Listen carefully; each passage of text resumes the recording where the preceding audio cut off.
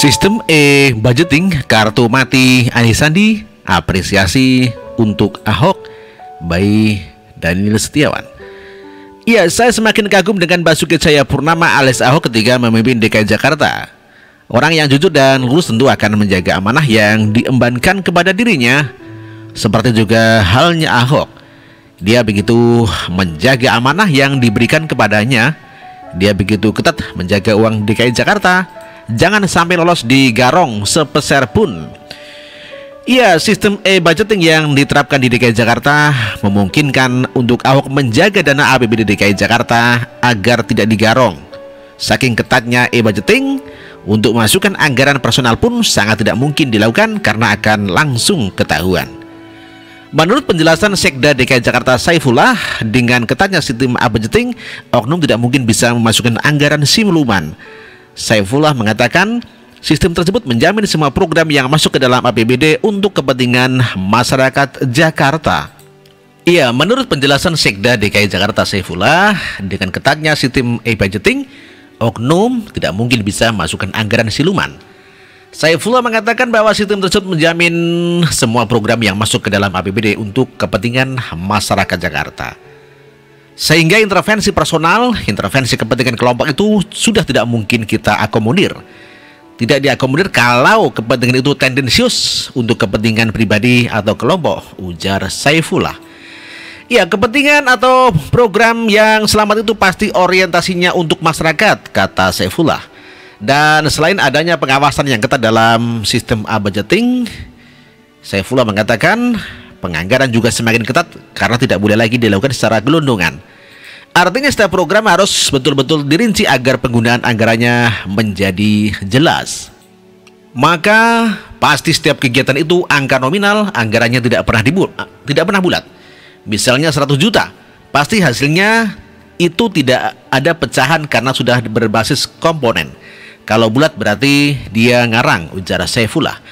Begitu penjelasan Saifullah kepada sinkronisasi Anies Baswedan Sandiaga Uno pada Sabtu 20 Mei 2017. Tentu kebijakan sistem e-budgeting yang diterapkan oleh Basuki Cahayapurnama ini patut kita apresiasi. Karena dengan sistem yang diterapkan ini sangat sulit bagi penggarong APBD DKI Jakarta dapat memasukkan anggaran siluman, begitu yang diistilahkan oleh Ahok, ke dalam e-budgeting. Apakah sinkronisasi Anies Sandi ini akan merekomendasikan kepada gubernur terpilih Anies Baswedan untuk tetap menerapkan e-budgeting ini? Apakah sistem e-budgeting ini akan direkomendasikan untuk dihapus pada pemerintahan Anies Sandi? Tentu, apapun yang akan diambil oleh Anies Sandi akan ada konsekuensinya. Jika sistem e-budgeting ini akan tetap diterapkan pada pemerintahan Anies Sandi, tentu akan sangat sulit untuk memasukkan anggaran-anggaran yang akan menguntungkan pribadi-pribadi yang berniat untuk mengembungkan saku mereka. Karena setiap anggaran yang dimasukkan harus secara rinci dan harus berguna untuk warga Jakarta. Jika tidak, maka anggaran tersebut akan ditolak. Sehingga jika ada persekongkolan antara oknum eksekutif dan oknum DPRD DKI Jakarta yang akan menggarong APBD DKI Jakarta untuk kepentingan diri sendiri, maka akan sangat sulit dilakukan. Seperti kata Saifullah di atas, bahwa setiap anggaran yang dimasukkan harus secara terperinci berbasis komponen. Jadi tidak ada istilah anggaran dengan angka bulat. Dan intervensi personal, intervensi kelompok akan sangat sulit untuk diakomodir pada sistem e-budgeting ini. Bagaimana kalau tim Anies Sandi merekomendasikan jika penerapan e-budgeting dihapuskan pada pemerintahan Anies Sandi? Jika ini yang direkomendasikan kepada Anies Sandi, maka akan menimbulkan kecurigaan publik. Kenapa sistem e-budgeting yang begitu ketat menjaga APBD DKI Jakarta itu justru dihapuskan oleh Anies Sandi? Ada apa dengan mereka? Dan pertanyaan-pertanyaan demikian itu tidak salah. Karena selama ini masyarakat sudah tahu bahwa sistem e-budgeting berguna untuk melindungi APBD DKI Jakarta. Jika dihapuskan tentu menjadi pertanyaan besar bagi masyarakat. Ada apa dengan Anies Sandi sehingga e-budgeting dihapuskan? Karena dengan dihapuskannya sistem e-budgeting membuat Anies Sandi lebih leluasa memasukkan anggaran-anggaran yang mereka inginkan, walaupun anggaran-anggaran tersebut tidak bermanfaat bagi masyarakat. Dan anggaran-anggaran tersebut dapat di-markup sedemikian rupa agar dapat menguntungkan oknum-oknum yang mempunyai kepentingan-kepentingan pribadi tanpa ketahuan. Seperti kita ketahui, sebelum diterapkannya sistem e-budgeting, banyak sekali anggaran-anggaran yang tidak masuk akal berada di APBD DKI Jakarta. Seperti kasus dana siluman UPS yang dibongkar oleh Ahok, serta melibatkan oknum-oknum pejabat DKI dan anggota DPRD DKI Jakarta. Apapun yang akan dipilih oleh Anies Sandi akan menjadi dilema buat mereka. Jika memilih tetap menerapkan e-budgeting, akan sulit untuk memasukkan anggaran untuk kepentingan pribadi dan kelompok. Tetapi, jika menghapuskan sistem e-budgeting, tentu akan menimbulkan tanda tanya besar bagi masyarakat.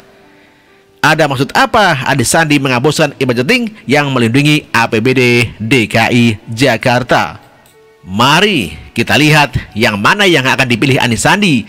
Dari pilihan kita tahu bagaimana kelanjutan DKI Jakarta 5 tahun yang akan datang.